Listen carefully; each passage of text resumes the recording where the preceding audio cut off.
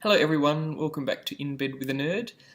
Today I'm going to be talking about a subject close to my heart, and that is house pricing in Australia, specifically Australia, but it also applies to places like Vancouver in Canada or San Francisco in the United States. Now, as someone who's entered the age where I might consider purchasing a property for somewhere to live into the future, housing affordability has been a key issue on my mind and something that I have been thinking a fair bit about. Now, in Australia, Sydney specifically at the moment, the median house price is 860,000 Australian dollars. Okay, so that's about 820,000 US dollars. That's the median house price. As in 50% of houses are cheaper, but 50% of houses are also more expensive. That's the median house price in Sydney. Melbourne, Perth, and Adelaide are not too much better. So yeah, the price, the barrier to entry is very, very high. So being the nerd that I am, I started to do a little bit of research into why this may be the case. And as it turns out, we have a huge proportion of foreigners purchasing up Australian property at this time. Surprise, surprise, the government's made it easy for foreigners to come in and buy the real estate that first homeowners want to come in and buy. So according to the demographics, it seems that the Chinese are purchasing the majority of it, between 14 and 18% of the properties within the price range of what most first homeowners can afford, which is in the $550,000 to the $750,000 bracket. Now, even to me, that doesn't seem very affordable. I mean, you're talking about $500,000 as an affordable house, but that right there seems to be the cream of the crop for foreigners who are wanting to come in and purchase property. So when you've got almost 20% of that property going to overseas people, it doesn't leave a huge amount left for, it leaves 80% for the local people, but even still, that 20% coming from people that have a huge amount of disposable income to be able to buy those houses does push the price up for everyone else and makes housing affordability more of an issue for young people.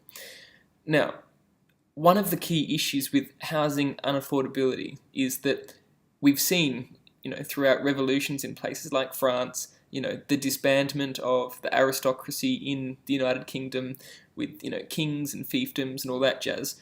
When you have a small proportion of the population who are wealthy land barons and landowners, eventually the people that are living under their rule rise up and kill them. People don't want to be paying rent. Nations have learnt that having affordable housing and having citizens own their own house not only gives them incentive to be somewhat patriotic, but they've got a piece of land or a plot of land and a house that's their own. They've got somewhere to call home. When you are at the mercy of a landlord who can put that rent up almost any time they want to any price level they want to, depending on demand, you're going to end up with a population of people that are disenfranchised and disempowered, which leads to all sorts of potential problems in the future. So housing affordability is really a critical piece of creating a stable country. Now, Australia's always, been known as stable, etc., etc., but with housing affordability dropping, people of my particular demographic at the moment, we're not going to be able to buy a house. We're going to have to rent for the rest of our lives. And the Reserve Bank of Australia has even come out recently saying that young people are going to be financially better off renting for the rest of their life instead of actually getting into the housing market. Now, personally, I think that's revolting. One of the ways which I would deal with this situation is, like the government at the moment, you have to be an Australian resident in order to be able to purchase a house. And if you're not an Australian resident, you have to go through a government agency who then approves the purchasing of that property for foreigners in Australia. Now, that's all well and good, but as far as I'm concerned, if foreigners want to come and buy in Australia, they should be limited to the top 5 or 10% of the real estate market. That is houses that are over, say, $3 to $5 million, because most average Australians wouldn't be able to afford a property that is within that price range. But if you've got wealthy oligarchs and Chinese businessmen who want to come to Australia, they do have that sort of income. So limit them to the top end level of the luxury housing market and then leave the rest of the housing market for Australia. If we limited home purchasing under that price bracket to Australians, you'd be removing 20% of the demand for houses between the $550,000 mark and the $750,000 mark, which would not only increase the supply, but it would decrease the demand, which overall would lower the cost for housing, ensuring more young Australians are actually going to be able to afford to buy their own home.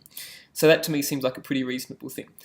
Also, Australia's a pretty fantastic country to live in generally. It's safe. I can understand why foreigners want to come to Australia and live, but if they're wealthy enough to be able to afford that property and not become a resident or a citizen, they should also be paying land and home owners tax every year on the right and the privilege of being able to have that property in Australia.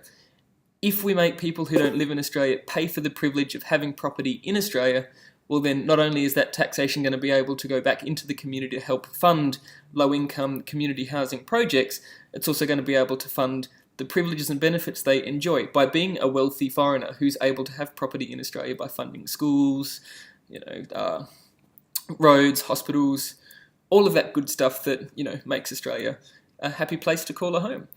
Well, anyways, that's my little rant on housing affordability. Something really needs to be done. The problem's only going to get worse, and any inaction by the government now is going to make it harder to implement changes into the foreseeable future. So yes, my little take on housing affordability, and I hope you enjoyed it. If you enjoyed this video, please share. Otherwise, yeah, as you see house price rising even, get upset, get the word out, and let's see if we can make some change. Anyways, hope you're all well. Have a good one. Bye.